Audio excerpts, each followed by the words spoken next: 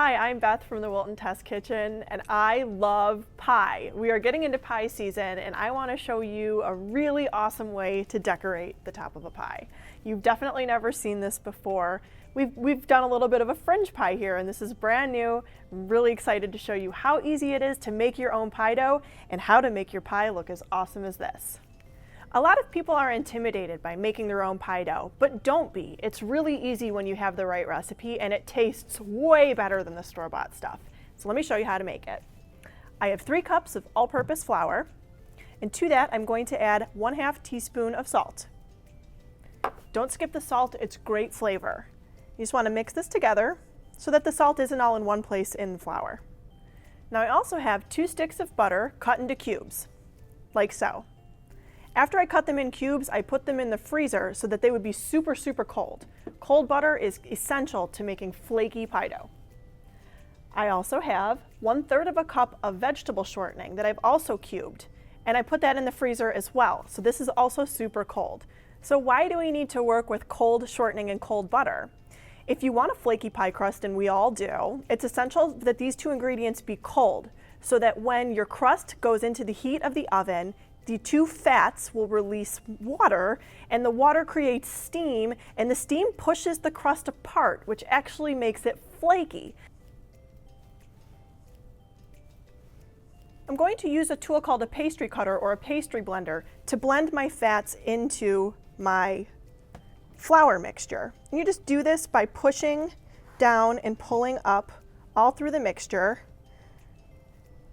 and the wires at the end of it cut the butter and the shortening into the flour. And you just want to do this until the butter and the shortening are about the size of peas. It'll start to look a little bit crumbly, and that's when you know you're done. When you have your pea-sized lumps, it's time to add some water. Do not overdo the water. So you're going to add something between 8 and 10 tablespoons, depending on how the dough looks. So I'm going to start with 8. And you want to add water that is very cold, so I have ice cubes in here because that's going to help keep our fat cold as well. So I'm going to start with 8, the low end of my range. We're just going to mix it all together. I know I'm going to need a little bit more water, so I'm going to go ahead and add my last 2 tablespoons. But it's important to not put too much water, to overdo the water, because that will make your dough not as flaky. It's more moisture that has to evaporate out of the crust as it cooks, so it can be tough and just not as flaky overall. So what you're really looking for, this is much better, is for the dough to really, when you squeeze it, hold together like that. That's perfect. That means when you roll it out, it's going to roll in a sheet. It looks crumbly in the bowl, but if you force it together, it holds up very nicely. So this is good to go.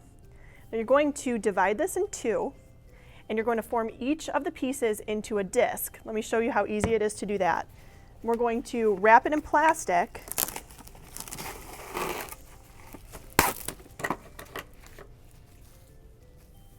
so that we can chill it in the refrigerator.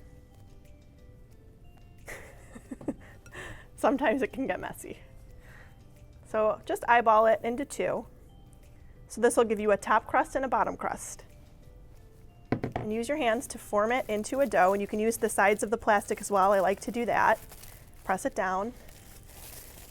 The size of your disc is not as important as that you get about half and half of the dough together.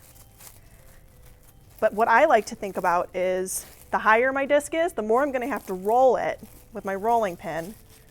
So I flatten mine out a good amount.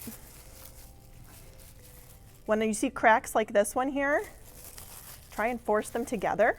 It's easier to force them together now than it will be if they're cracked when we're rolling later. So there's one disc. We'll do the exact same thing with the second half of the dough, and then you want to refrigerate these for at least an hour before you bake. So our dough has been in the refrigerator for an hour. Now we can roll it out. And to do that, we're going to dust our surface lightly with all-purpose flour, the same thing that we put into the crust. And we're going to do this just to ensure that our dough doesn't stick to our countertop. If you've refrigerated your dough for longer than an hour and it's really hard, leave it out for a few minutes, maybe 15 minutes before you start to roll it. If you try and roll the dough when it's rock hard, it's really just going to tear and rip on you. It's not very easy. We'll put a little flour onto the top of the dough also. Again, just want to try and avoid any sticking. And just a little bit onto the pin. And then we're just going to roll one piece of this dough. And I like to rotate the dough a quarter of a turn in between. That also helps to ensure that it's not sticking anywhere. We need for this to end up as a 12-inch circle, and this will be the bottom of our pie. And I don't stress if it's not perfectly circular. It doesn't matter. It just needs to be big enough to go all the way up the sides of our pie pan. And see how easily it's rolling? Pie dough is not to be feared. It's not a problem. So I'm ready for my pan. And the easiest way to pick up pie dough is to put the pin straight in the center, fold the one side over, and you can lift it up just like that. Slide your pan in, and then you will just gently unroll your dough. Tuck it in so that it comes all the way to the bottom and up the sides of the pan, like so that it's nice and snug. And actually I'm going to just use some kitchen shears to cut away the excess. For this pie, I'm going to cut straight flush to the side of the pan. I'm not going to crimp an edge or anything, so I don't need any extra. So my bottom crust is ready, and I'm going to fill it with a couple of cans of apple pie filling. Perfect. Just want to spread this out so that it's nice and flush with the sides of the pan, and so that there's not a huge mound in the center. We want our pie to be pretty flat. And then I can set this aside while I roll my second crust. Okay, so what I have is a rough rectangle. First I'm going to trim my edges. Want everything to be pretty clean. So trimming away just as much as you need to make it a perfect rectangle. And I'm going to cut my dough into 2-inch strips. So I'm actually going to use a ruler to measure that. And it's okay if they're a little bit off. We can adjust, not a problem. Does not have to be exact.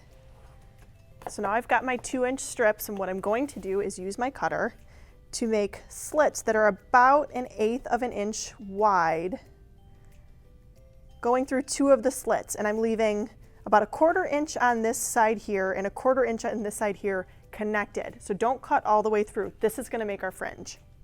And don't worry about cutting them to the exact same widths. You can eyeball this.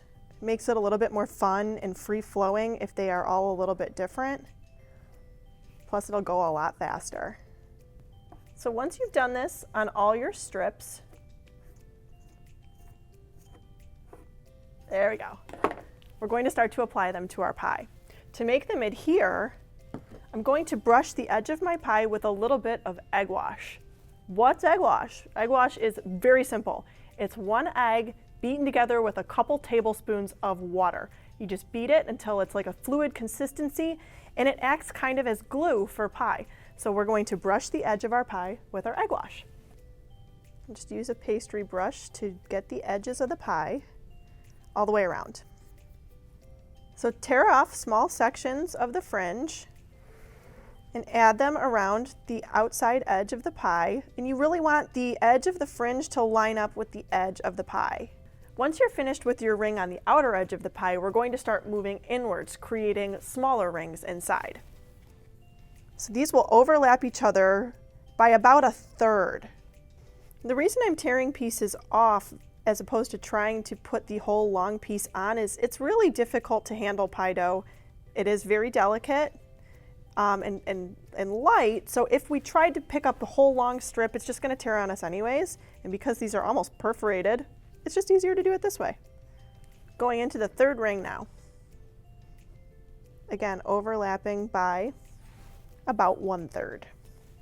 So now I'm done with my 4th row, and I'm going to gather my scraps up and roll them out so that I can cut a small circle. Again, about 1/8 of an inch thickness is what you're looking for. Perfect. We're going to cut it using a 2.5 inch cutter, and then use a kitchen scissors to make small slits going all the way around the circle. So once you've got all of your cuts made, we're going to brush the center of the pie with a bit of egg wash, place it right over the top, and let the little fringe fan out. And now we're going to cover the entire top of the pie with egg wash.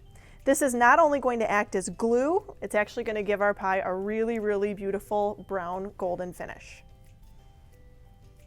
Throw this on a sheet pan to put into the oven. You're going to bake it 400 degrees, preheat your oven first, for between 45 and 55 minutes, or until the crust is a nice golden brown all the way around. There we go. And what you have is a pie that is really ready to party. This is one of my favorite tops that I've ever seen. Really excited to show you how easy it is to do, and hope you try it for your next party. For more tips, tricks, and inspiration, visit us at wilton.com. Let us know what you'd like to see next in the comments below. I'm Beth, thanks for watching.